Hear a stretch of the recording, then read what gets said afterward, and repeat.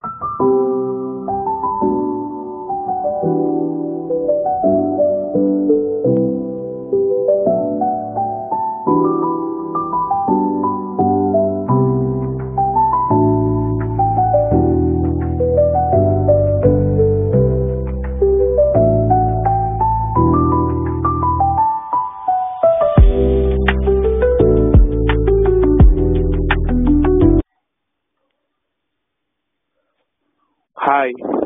Welcome programming Bangla.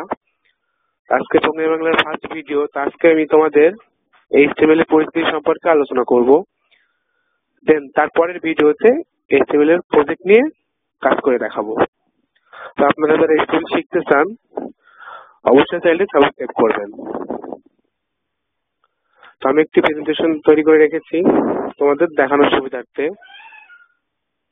তো welcome programming Bangla. তারপরে HTML পরিচিতি। এইচটিএমএল পূর্ণরূপ হচ্ছে হাইপারটেক্সট মার্কআপ ল্যাঙ্গুয়েজ। এইচটিএমএল পূর্ণরূপ কি? Hypertext markup language. তো তোমার তো প্রশ্ন ছিল যে এইচটিএমএল আসলে কি, সেটা তোমাকে জানতে হবে, তারপরে তুমি এইচটিএমএল কাজ করতে পারবে। তো সেই জন্য আমি এটা নিয়ে এসেছি। এইচটিএমএল পূর্ণরূপ হচ্ছে হাইপারটেক্সট মার্কআপ ল্যাঙ্গুয়েজ। এটা হচ্ছে একটা ল্যাঙ্গুয়েজ। এই ল্যাঙ্গুয়েজের মাধ্যমে তোমরা এইচটিএমএল এর মাধ্যমে সুন্দর সুন্দর ওয়েব ডিজাইন করতে পারবে।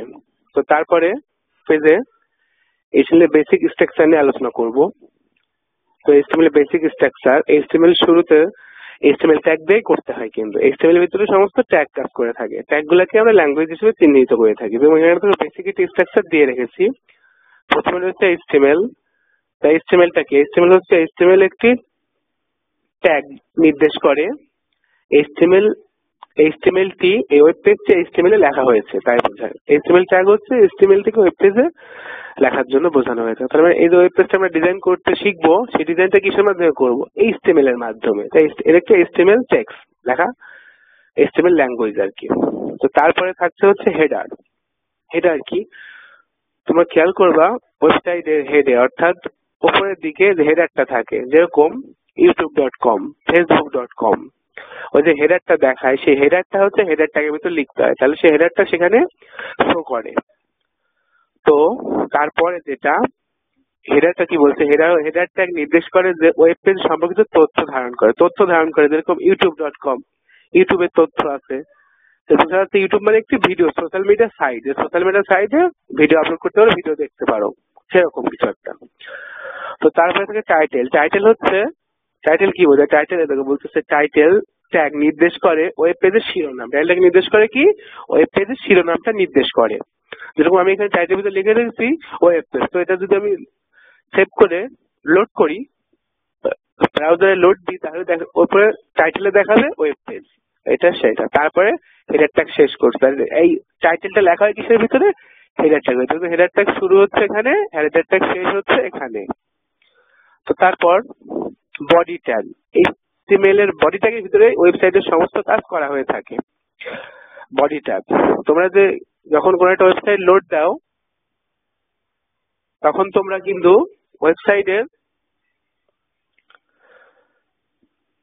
ওয়েবসাইটটা তোমরা দেখতে পাও কিভাবে? ওয়েবসাইটের ভিতরে ট্যাগ গুলো ডিজাইন করা থাকবে, তোমরা দেখতে পাও। তো এখানে তোমরা এই বডির ভিতরে যাই করবে তাই ওয়েব পেজে শো করবে। এইচটিএমএল মূলত একটা মাধ্যম বা একটা ল্যাঙ্গুয়েজ, যেটার মাধ্যমে ওয়েব ডিজাইন করা হয়ে থাকে। ওয়েবসাইটটা কেমন দেখতে হবে, ওয়েবসাইটটা কি ধরনের হবে, ওয়েবসাইটে কোন কন্টেন্ট ব্যবহার করবে, ওয়েবসাইটে কি ধরনের ভিডিও দেবে, ওয়েবসাইটে কি ধরনের ইমেজ যাবে, সমস্তটা এখানে দেওয়া থাকে।